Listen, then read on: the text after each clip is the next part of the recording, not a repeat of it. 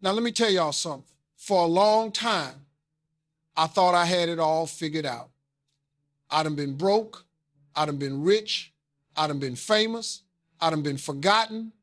And somewhere along that road, I started believing that success meant peace.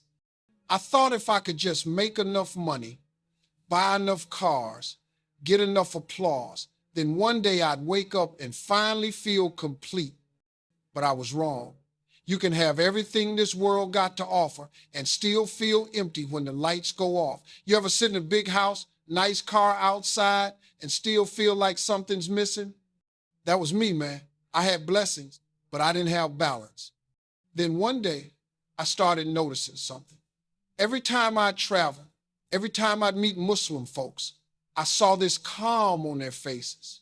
Not loud, not showy, just peace. They'd stop everything to pray, even in the middle of chaos. I'd be rushing to my next meeting, and they'd be standing on a prayer mat with their head bowed down, unbothered by the world. I remember thinking, man, what kind of peace is that? See, I had success, but I didn't have stillness. I had fans, but I didn't have focus. I realized I was chasing the wrong thing. And it hit me, maybe peace don't come from what you build, maybe it comes from what you believe. That's when I started listening, asking questions, learning more about Islam, not from TV, not from rumors, but from people who lived it. And the more I saw, the more I felt like God was trying to show me something, something I couldn't buy, something I couldn't earn, something I had to feel. Man, let me tell you what happened when I really started to see Islam up close. It wasn't from reading a book or hearing somebody talk about it.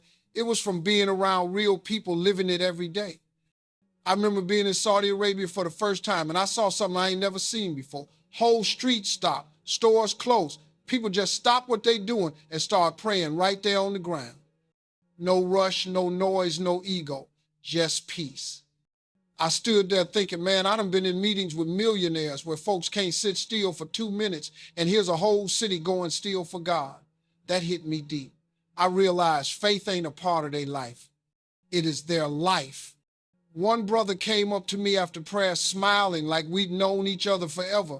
He said, brother, peace be upon you, and I felt that. Not just the words, but the energy behind it.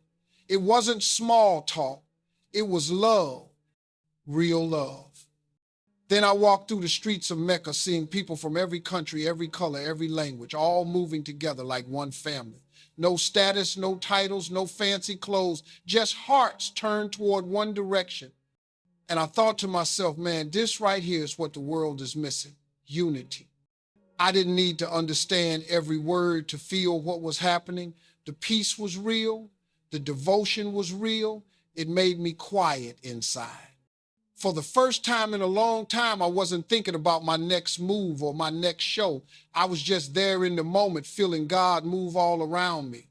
Now, after spending that time around Muslims and seeing how they live, I started to realize something. Islam wasn't just a religion to them. It was a way of life. Every move had meaning. Every action had purpose. They didn't just talk about gratitude, they lived it. They didn't just say be humble, they showed it. And I started thinking, man, I've been chasing success when I should have been chasing peace. I learned that faith ain't about being perfect. It's about being present. Every time I saw someone pray, I saw surrender. Not weakness, but strength. The kind of strength that comes from knowing you don't control everything, and that's okay. That hit me hard because all my life I've been trying to control every outcome, every plan, every dream. But peace came the moment I realized I ain't in charge of it all. Islam taught me discipline. It taught me patience. It taught me respect for time, for people, for blessings. I started waking up with gratitude before I even checked my phone. Started saying thank you before asking for more. And you know what happened, man? I started feeling lighter. Not because my problems disappeared, but because my heart got quieter. I remember one night sitting alone, looking up at the sky, thinking about how billions of people bow to the same God 5 times a day. And I thought, that's real unity right there.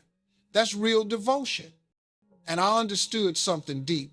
Faith ain't about rules.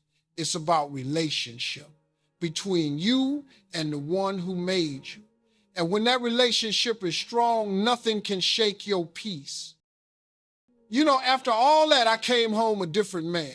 Not because somebody told me to change, but because my heart had seen something real.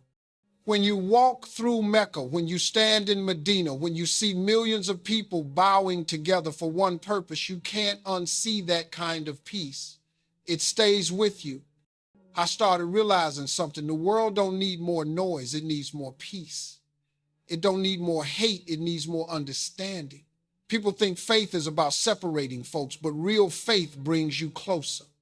I saw Muslims praying next to strangers like brothers. No color, no status, no judgment, just love and surrender. That right there is powerful. And I'll tell you something else. Success without faith is just pressure.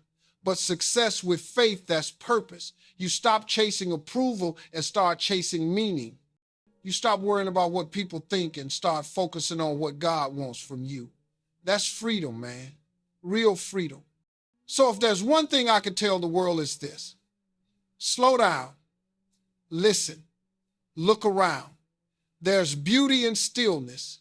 There's power in gratitude. And there's peace in surrender. I ain't here to preach no religion. I'm here to tell you what I saw, what I felt, and what changed me. I saw love that had no limits.